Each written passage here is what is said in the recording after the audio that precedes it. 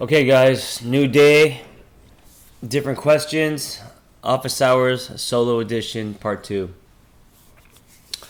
Before we begin, there was something that I was going to tell you guys. It was a tip, I guess you would call it. Um, One of the things that I do in sessions is I take what's happening in a situation and I try to strip it down to the most basic common denominator, and I apply that to that's just the way I think, and that's the way I understand things, and also that's what gives me traction. You can't be motivated and execute what you want to do if you don't understand it. So, in order for me, because I'm not that smart to understand something complicated, I have to keep stripping till it's in its simplest form. So, where am I going with this? Depowering versus empowering. In your life, if you were to make a list, what in your life is depowering? By depowering, I mean sucking your energy, making you feel depowered, making you feel powerless. What in your life is empowering you, making you feel strong and invincible and creative and wanting to share that with the world? So, not only in relationships, also the way you think. There can be patterns of thought that is depowering. A lot of people that fall into cognitive distortions and distorted thinking is depowering, and there's empower ways of thinking. Just positive energy and optimism and ideas and all that frenzy. So think about your life and all the pieces of your life. Think about everything from fitness to relationships to your diet to just your friends, your parents, your career. Let me give you an example. Okay, so I used to work at a private eating disorder clinic years ago, and it appeared like the perfect job because they paid me very well, and I got my clothes dry cleaned. I would wear slacks, and I looked like a guy. I looked like a stockbroker, with the little fitted shirts with no wrinkles, and little belt, and the slacks, and little shoes, little shiny shoes, tap dance shoes, and shoes from Nordstrom. And I would go in, and the job, it was extremely depowering because everyone there was they were maneuvering by fear because of the boss was like Darth Vader, and all she cared about was money, and so it was more of like a factory pumping out a certain type of therapist, and you had to fit that mold, or you were disposable. And so everyone, they were kind of like robots and maneuvering in fear. So that environment was very depowering. I left every day depleted, and I would go from there to CrossFit, and I couldn't even do push-ups because I just, it was exhausting. I did make some good connections with the clients and did some work, but overall that experience was completely depowering. So imagine that, and then a lot of people have depowering relationships. A lot of people also have a lot of history. A lot of people have problems with body image, all that stuff. So imagine if you are already in a depowering job, and then your relationship is depowering, and your relationship with your friends is sucking out energy, and anyway. So you can see how quickly life can be miserable, and you can see how you can fall into quicksand and get depressed and all that kind of stuff. So today, I work 3 days a week in Malibu on the beach at a private residential treatment center. And the deal that I struck there when I first started working was there would be no micromanagement, that I could do my own thing, that I could swim, literally if I wanted to, but also just as a therapist, lots of out-of-the-box stuff. And they allow me to do that. And there, I've been doing a lot of work, and it's been very empowering because now I go into it because I don't have to do dry cleaning anymore. But I go there, and I recently sold my bike, but I used to drive there on my motorcycle on Sunday, and a t-shirt, jeans, whatever. I mean, we've had groups where we play Cards of Humanity. I mean, just things that I want to do that is exciting and different, and I'm all about trying different things, and so that is exciting. That's like me playing with these things, these giant Legos I have behind me, which are my favorite toys growing up. That's where I store all my cash, by the way. So if you ever break in, go for the yellow. That's where the big bills are. So that's a good. I'm just giving you an example of, and I thrive. So I'm giving you a good example of empowering versus depowering. Make a list and pull from what is empowering. And if you are, if there are way more things on the depowering list, that's very telling. It's time to figure out jobs, relationships, environments, containers, everything, CrossFit boxes, whatever your life consists of. Make sure that they empower you. And you know what? You're not going to have everything in your life isn't going to be empowering. That's impossible. But enough so you're moving toward the path that you want to move to. Okay. So that's my long tip of the day. And let's get to questions. Okay. First question from members. My fiance's beloved best friend is a long ago ex. My fiance's beloved best friend is a long ago ex. They broke up because of a sexual orientation mismatch. This sounds like an episode of Telemundo. But regardless, we're in an on and again, off again, friends with benefits relationship over a decade, which ended when we met. Over the years, they have continually revisited a discussion about finding ways to settle down together. My fiance says that they never came to that conclusion because the friend is not the quote-unquote whole package. I don't understand their dynamic. I feel nervous and possibly foolish. I've been told that there is nothing for me to worry about and that I'm the whole package, but I can't shake the feeling that sometimes that something is off. I've been desperately trying to starve this negative feeling and be positive and trusting, but it's not working. I've been unable to determine if this feeling is caused by insecurity, intuition, or maybe just logic. It doesn't make sense to me that two people could be continually loving and sexual for 11 years and that it could be turned off so easily. Maybe I'm a game changer, though, and I really do have nothing to worry about. I don't know. But I want to move forward. I'm hurting and I don't want to be. Okay, my thoughts. So you have to go with what your fiance says, which is that he's saying that you are the whole package, unless he is not making you feel like you are. You know what I'm saying? If there's a giant red flag, something that's worth investigating. If someone says that you're the whole package but doesn't treat you that way, then that's so. Unless there's some contradiction, but if he's treating you well and things are great, and you guys just the relationship feels solid, and he's treating you like you are quote unquote the whole package, then most likely these are insecurities in your head. These are things that you're playing out. These are things that you are maybe blowing up.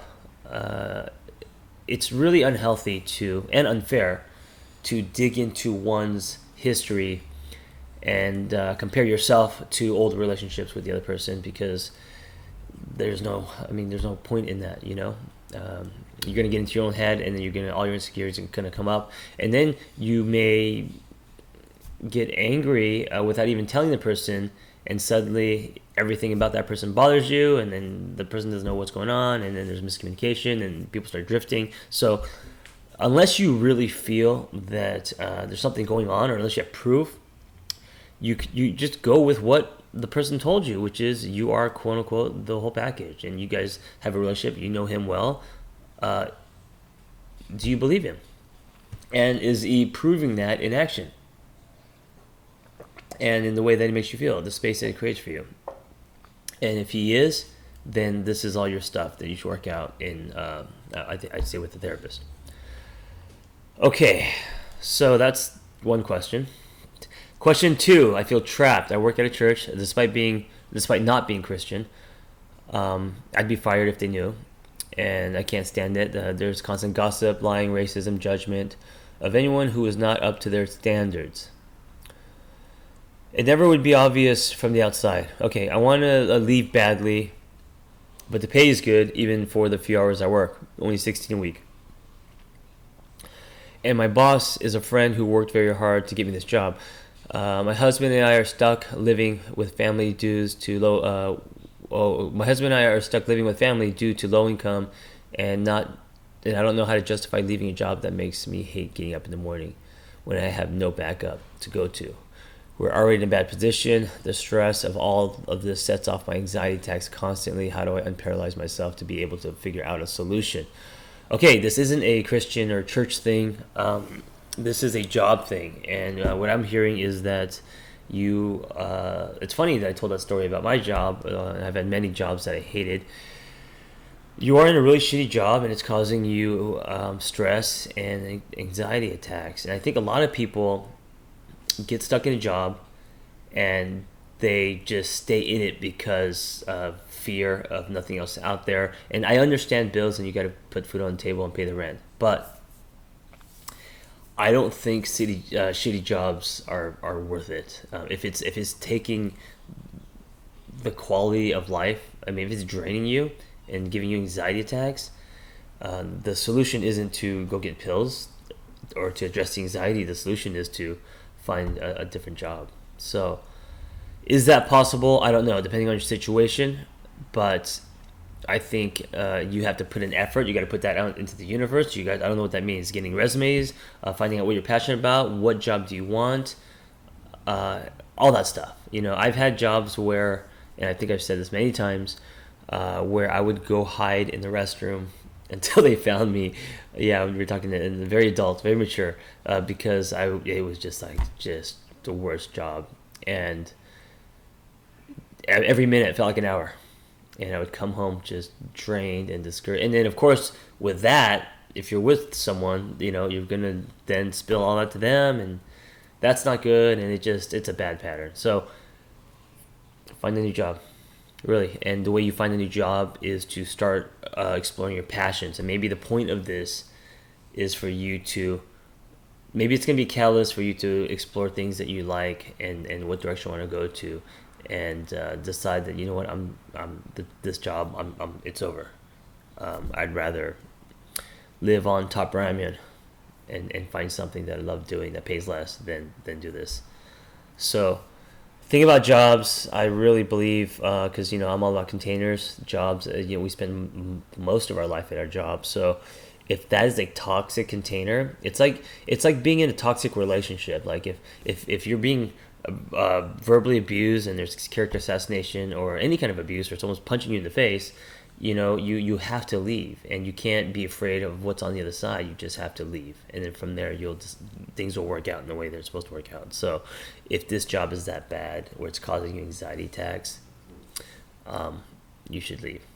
Imagine it as an abusive relationship, unless every job that you've had causes you anxiety attacks. And if that's the case, then you look at the anxiety instead of it being the job. Next question. Hey, Angry, I love your site. I really do. Although I bet you hear that a lot. It comes from the heart. Thank you. Anyway, a random logistical question. I would like to sign up to join, but I can't see how long the membership lasts. A year, a month, or do I have a choice? I'm sure that this is somewhere on the website, but forgive me as I'm reeling from a quarter early 30s life crisis. Okay. So your questions about the site, you know what? It's $5 a month, and you quit anytime. So you could literally jump into my site, pay $5, read all my books for free, check out all the toolkits, interact with the community, and quit that day, and you just got all that for $5. So I hope you don't, but you can technically do that.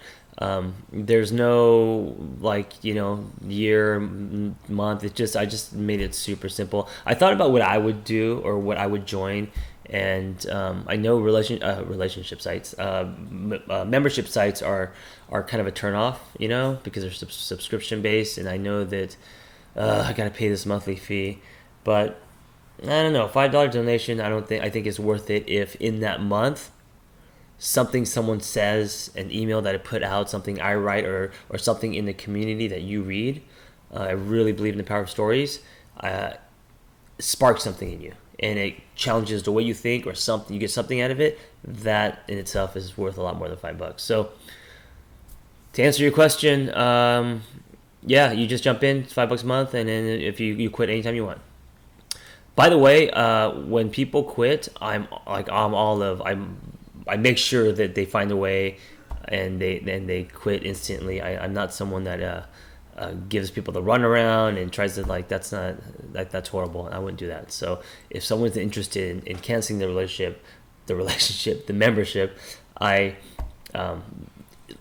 even on my phone, I'll be in my car somewhere, and I'll make sure that it happens, and it's, they're out of there. They're just no questions asked, because I know that if I wanted to quit, unsubscribe from something, and they keep giving me the runaround, I would feel ripped off and pissed. So I don't want that to be. That's not the point of this. I'm trying to earn trust. Okay. Next question. As these things won't go, we don't communicate for about a year, and then she sent me a Facebook request. What is this? I deleted it. Of course, part of me wants to respond, but I figure she was fishing. Her last words to me, maybe in about 5 years. I thought about responding enough to make me feel like I should just do it, which I did, telling her I was uncomfortable with the request and telling her she can communicate with me directly. An hour later, I got a very formulaic response that consists of 1, I shouldn't have sent that request. 2, I forgive you. 3, I've moved on. 4, I'm happy. 5, I hope you're happy. And 6, you don't have to respond. Okay, so I'm assuming this is a situation where an ex is asking for a friend request on Facebook. I thought about this for a while and decided to respond in a way that makes me less robotic, confrontational. I quote in full. Awesome. If you want to be my friend, you don't need to apologize for the friend request. I just need warming up. However, it doesn't really seem like friendship was on your list. I'm glad you've gotten a chance to say what you want, though. I'm going to do the same. I'm sorry I cheated on you. I spent a long time feeling horrible about it. Also, I forgive you for how you treated me during and after our relationship. I get that is something you may never understand, and that's okay. Okay, I'm still waiting for the question. This is all backstory.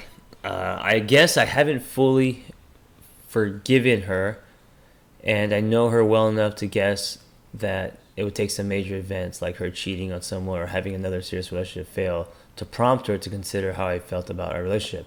So here comes the question. I want to be done with this. I want to feel this woman like a spectra behind every future relationship I have. Some people just type really fast. You know what? I shouldn't say anything because everything that I do has typos and mistakes. And I can tell that I am much less emotionally open now than I used to be. What the hell do I do? You know what you do is if you want to move on from this, I'm assuming. Well, so all these are members. I have a little toolkit called Bounce, and it's me rambling. I think for like an hour. It's like 7 different audios.